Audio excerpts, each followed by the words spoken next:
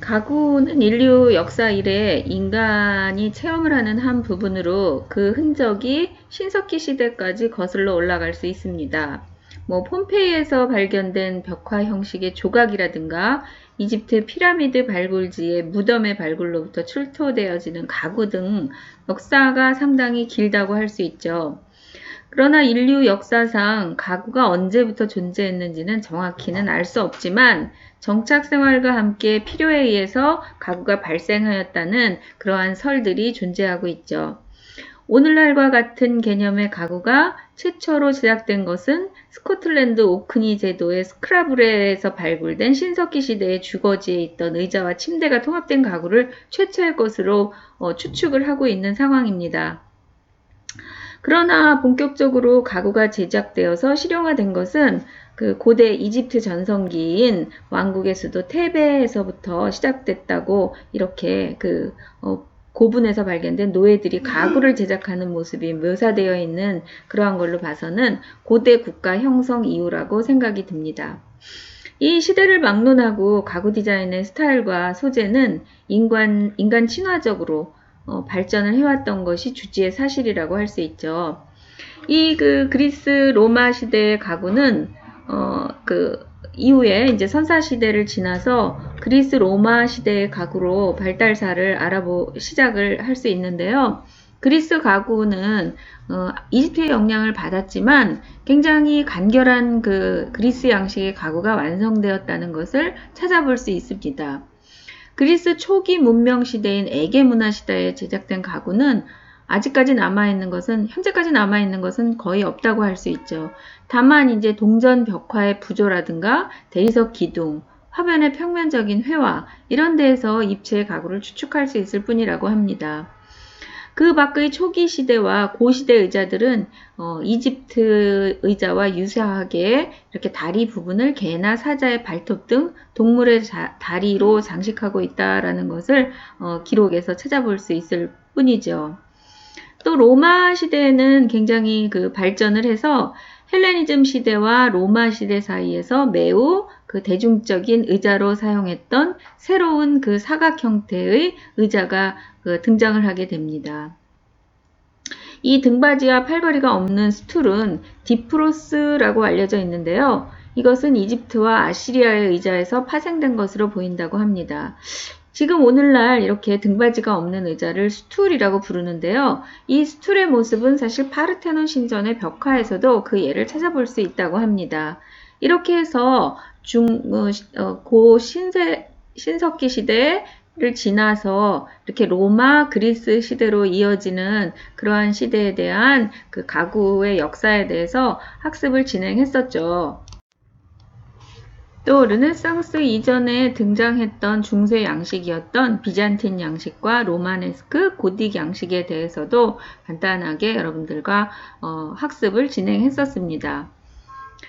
비잔틴 양식은 이 양식이 상당히 과도기적인 것으로 후기 로마네스크 양식에 흡수되어 버렸기 때문에 이 당시에 이제 대표적인 가구로는 사자 머리와 발톱, 돌고래 등의 고대 이집트와 그리스의 장식을 사용한 접을 수 있는 스툴을 학습을 했었고요. 또 목재 의자에 정교하게 조각상 장식을 한 다음에 이렇게 금판을 덮은 이러한 가구들에 대해서 살펴봤었습니다. 또 로마네스크 양식은 고딕 양식과 약간 유사했지만 이 로마네스크 양식은 프랑스를 중심으로 반원의 아치, 둥근 천장을 건축에 사용한 것이 특징이라고 할 수 있죠. 이 로마네스크 양식은 비잔틴 양식의 지방 특유의 요소가 융합되면서 형성된 양식이라고 할 수 있습니다. 이 로마네스크 양식에서 가구를 비롯한 어떤 실내를 장식하는 장식 미술에 있어서는 상당히 동양적이고 추상적인 형태의 기하학적이고 환상적인 세계라고 이 양식이 평가받고 있습니다. 바로크 양식의 가구로 독일 지방에서 제작된 선삭 가공으로 만든 목재다리를 부착한 농민의자 이러한 것들을 살펴봤었고요. 또 의자 및 책상, 의류를 수납하고 걸상을 겸용한 청동장식의 궤 이러한 것들을 학습한 바 있죠. 또 다음 시대로 고딕 양식으로 넘어가서 고딕 양식은 프랑스와 서구 각국에 전파된 그러한 그 양식이라고 볼 수 있는데요. 이 고딕 양식은 로마의 건축 양식을 토대로 하고 있죠. 가장 대표적인 특징으로는 수직선을 많이 사용한 것이 특징이라고 할 수 있는데요. 역시 마찬가지로 고딕 양식의 가구는 이렇게 수직선을 강조한 그러한 그 형태들이 많이 등장을 했었습니다. 이 고딕 양식의 가구들은 도금을 하거나 또 건축적인 주제를 가지고 가구의 양식에도 사용한 것이 가장 큰 특징이라고 할 수 있죠. 이 그 중세의 비잔틴 로마네스크 고딕 양식의 시대를 지나고 나서 이제 그 많은 문화와 예술이 활짝 꽃이 피게 되는 문예 부흥 운동의 하나인 르네상스라는 것이 등장을 하게 되죠. 그래서 이 르네상스 시대를 시대가 도래하면서 재생이라는 그 뜻을 가진 르네상스의 개념에 맞추어서 이렇게 많은 그 과거의 고전들이 부활을 하게 되고 또 이렇게 로마네스크, 비잔틴, 고딕 양식들이 융합이 돼서 새로운 그 양식들로 발전을 하게 되지요. 르네상스는 문예 부흥 운동이라고 불려질 만큼 문화와 예술의 꽃이 피게 된 시기라고 할 수 있습니다. 르네상스 이후에 등장한 바로크, 로코코, 또 신고전주의 양식이라든가 낭만주의, 사실주의 이러한 그 양식들은 그 이전의 시대에서는 찾아볼 수 없을 만큼 상당히 질적으로도 양적으로도 화려한 그러한 양식을 등장하게 하는 배경이 되기도 합니다. 이 르네상스 이후에 등장한 특히 바로크, 로코코 양식은 인간이 그 이전에든 지금이든 정말 인간으로서 저렇게까지 화려한 양식을 만들어낼 수 있을까라는 그러한 그 찬탄을 불러일으킬 만큼 상당히 화려하면서도 예술적으로 승화된 그러한 그 양식으로 발전한 것을 볼 수 있는데요. 대표적인 건축물의 베르사유 궁전이 있죠. 그 베르사유 궁전의 모든 방들에서 보여지는 그러한 바로크 로코코 양식들은 사람이 꼭 마치 천상에 온 것 같은 그러한 그 느낌을 줄 만큼 상당히 아름답다라고 느껴질 만큼의 공간을 구성하고 있는 것을 살펴볼 수 있었습니다. 그러나 이 시기를 거치면서 인류 역사의 대혁명의 하나인 산업혁명이라는 것이 일어나게 되죠. 이 18세기 중반부터 19세기 초반까지 영국에서 시작된 기술의 혁신과 또 이로 인해서 일어난 사회적, 경제적 그 분야에서의 큰 변화는 이 그 전 세계로 이러한 변화를 확산되어가는 경향을 보게 됩니다. 그래서 이러한 그 산업혁명을 기점으로 해서 오늘날 우리가 디자인이라고 불려지는 분야의 시장의 판도는 획기적인 그러한 변화를 맞게 됩니다. 산업혁명을 기점으로 해서 기계로 인한 대량 생산과 또 증기기관차가 등장하게 되죠. 그래서 보다 빠른 유통이 다량으로 가능하게 되면서 디자인과 생산 분야, 제조 분야에서 일대 혁신이 일어나게 됩니다. 그 대표적인 예로 오늘 수업에서 살펴보았던 것처럼 오스트리아 출신의 미하일 토넷의 토넷 의자를 들 수 있습니다. 이 미하일 토넷의 의자는 세계 최초로 금형 틀 안에 나무를 구부려서 생산된 그러한 공목 의자라고 할 수 있습니다. 이 의자의 모든 부품을 분리해서 포장할 수 있고 또 사용자로 하여금 조립해서 사용할 수 있게 하여 물류비를 대폭 감소시키고 또 생산 시간을 단축시키는 가구의 기능성과 실용성을 모두 갖춘 가구의 탄생을 가능하게 해주는 의자라고 평가받고 있습니다. 이 시기에 또 세계 1차 대전을 계기로 해서 새로운 재료들이 실내 공간에 많이 등장하게 됩니다. 물론 산업혁명 이후에 기술의 발전은 이러한 것들을 당연히 가능하게 했고 또 제작 기술 등이 급속하게 발달하면서 다시 말해서 그 산업혁명 이전에 보여졌던 가구라든가 실내 공간에서의 그 과도한 장식들은 배제하게 되고 순수 기능에 충실한 그야말로 모더니즘이라는 양식이 주를 이루게 됩니다. 이는 국제주의 양식이라는 이름으로 전 세계에 널리 퍼지게 되었는데요. 세계 1차 대전으로 인해서 유럽 각지에서 탄압을 받던 그러한 디자이너들이 미국으로 건너가게 되는 그러한 계기가 마련이 되게 됩니다. 그래서 이제 디자인의 중심은 유럽에서 미국으로 넘어가게 되는 큰 전환점을 맞이하게 되는 것이죠. 그래서 여러분들 이제 디자인 그러면 미국에서 주를 이루게 되죠. 그래서 미국의 바우하우스라는 아주 유명한 그 건축 디자인 학교가 생겨나게 됩니다. 1940년대 미국의 찰스 레이 임즈와 그의 부인이 합판을 휘어서 강화 플라스틱과 접목시켜 유기적 형태를 가능하게 하는 그러한 그 가구를 실험하면서 합판 제작 기술이 널리 발달하게 되고 또 유리섬유나 금속 등 다양한 재료로 만든 가구들이 등장하게 됩니다. 그래서 많은 디자이너들이 다양한 재료를 이용해서 실험과 시도가 이루어지는 발판을 마련하게 되는 것이지요. 그 후에 이 모더니즘에 대한 저항의 의미로 또 고전주의에 대한 향수, 어떤 그 양식이 한참 그 극단으로 치달으면 그 과거에 대한 뭐 단순함이라든가 화려함 이런 것들이 계속 역사 속에서 반복해서 나타나게 되는 것 같아요.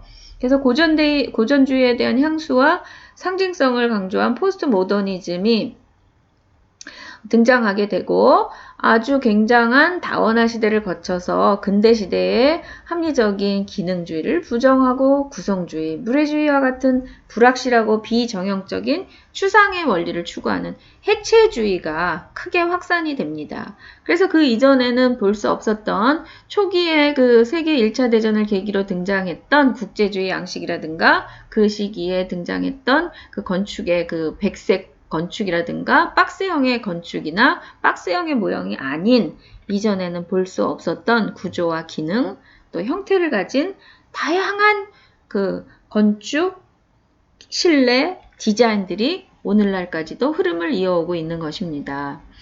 그래서 화면에 보여진 대로 여러 가지의 양식들이 등장을 하게 되는 것이죠.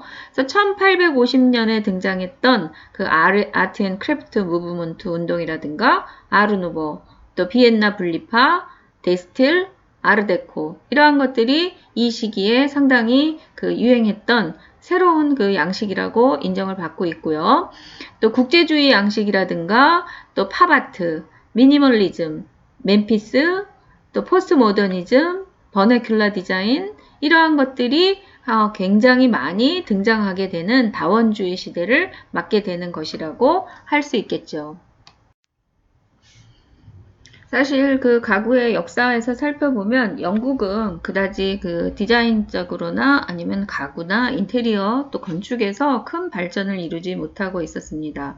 그러나 영국은 그 엘리자베스 1세가 즉위한 이후로부터 변화를 보이기 시작하면서 많은 문물들을 받아들이면서 새로운 방식들을 받아들이면서 급속히 그러한 그 건축이나 인테리어 또 가구 측면에서 급속한 발전을 보이게 됩니다.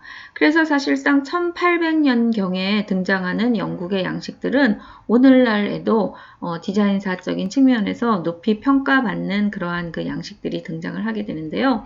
빅토리아 양식이라든가 또는 아담 스타일이라든가 이런 그 새로운 양식들이 대거 등장하게 됩니다. 공예와 디자인 시대 산업혁명 이후에 그 아트 앤 크래프트 무브먼트라고 미술 공예 운동이라고 불려지는 그러한 양식들에서는 앞서 설명했던 마이클 토네의 의자라든가 아일린 그레이 이러한 그 디자이너들이 등장을 하게 되면서 그 이전의 가구와는 다른 양식의 가구를 선보이게 됩니다. 또 아르데코나 아르누보 이러한 그 아름다운 양식들이 등장을 하게 되는데요. 찰스 레니 맥킨토시라든가 에로 사린넨 또 르꼬르뷰제 이러한 사람들이 그 아르데코나 아르누보풍의 새로운 그 양식들을 만들어내는데 일조를 한 디자이너라고 할 수 있습니다. 또 그 데스틸이라는 정말 건축에서는 지금도 우리가 상당히 많이 학생들이 좋아하는 스타일이라고 할 수 있죠. 오토 바그너라든가 또는 요제프 호프만 이런 사람들이 그 가구를 또 공간을 데스틸이라는 운동하에 탄생시키게 됩니다. 또 큰 흐름 중에 하나인 바우하우스 모더니즘은 우리의 오늘날의 디자인 교육의 발판을 마련해준 그러한 학교이자 대명사로 사용이 되고 있는데요. 발터 그루피우스라든가 미스 반데로에, 마르셀 브로이어, 알바 알토, 에로 사린넨, 브루노 매트슨, 찰스 레이 임즈 이러한 분들이 그 바우하우스에서 대표적인 정말 기능과 실용이라는 그러한 새로운 단어를 우리 그 모든 공간과 또 인간이 사용하는 모든 도구에 적용했던 선조라고 할 수 있죠. 스칸디나비안 디자인이 오늘 2021년을 살아가고 있는 우리나라에도 가장 선호되는 디자인 하나의 분야 또는 스타일이라고 할 수 있는데요. 야르네 야콥슨이라든가 카레 크린트, 핀율, 한스 바그너, 펜턴, 아르네 보더 이분들의 그 의자나 가구들은 오늘날 대한민국의 2021년에 가장 갖고 싶은 가구의 리스트에 꼽혀 있을 만큼 생산되고 있는 가구라고 할 수 있습니다. 또 이 시기를 거치면서 포스트 모더니즘이라는 것이 등장을 하게 되는데요. 정말 과거의 것을 복고주의라고 또다시 부릴 만큼의 그러한 그 특징이라고 설명할 수밖에는 없지만 정말 새로운 양식이 탄생되는 그러한 그 운동이라고 할 수 있죠. 그래서 이때 등장한 그러한 그 작가들은 필립 스탁, 에토르 소사스, 또 시로 구라마타, 카에타노 페세, 베르너 펜턴, 알레시, 알도로시 이러한 그 작가들이 대거 등장하면서 포스트 모더니즘이라는 아주 혁명적이고 정말 자신과 모더니즘을 결합한 지역과 모더니즘을 결합한 새로운 양식의 그러한 공간과 가구들이 탄생하게 되는 것입니다. 또 해체주의 하에 탄생된 건축물은 너무 멋있죠. 그래서 우리나라의 그 동대문 역사문화 전시관이라고 하나요? 거기도 보면 지금까지는 없었던 정말 거대한 형태의 공간이 탄생을 해 있죠. 이러한 것들은 무엇으로도 지금까지 탄생했던 양식으로도 설명할 수 없는 말하자면 해체주의의 그러한 한 줄기라고 할 수 있는데요. 동대문 문화역사관을 설계한 자하 하디드라든가 론 아라드, 또 페르난도 캄파냐, 콘스탄틴 크리칙, 피에로 가티, 마크 뉴슨 이러한 일련의 작가들에 의해서 탄생된 가구를 보면은 정말 해체주의라는 것이 지금 현재 오늘날에 우리가 실험하고 새로 탄생되는 그러한 양식의 이름을 붙일 수밖에 없는 그러한 그 공간과 가구들이 탄생하고 있는 것이지요.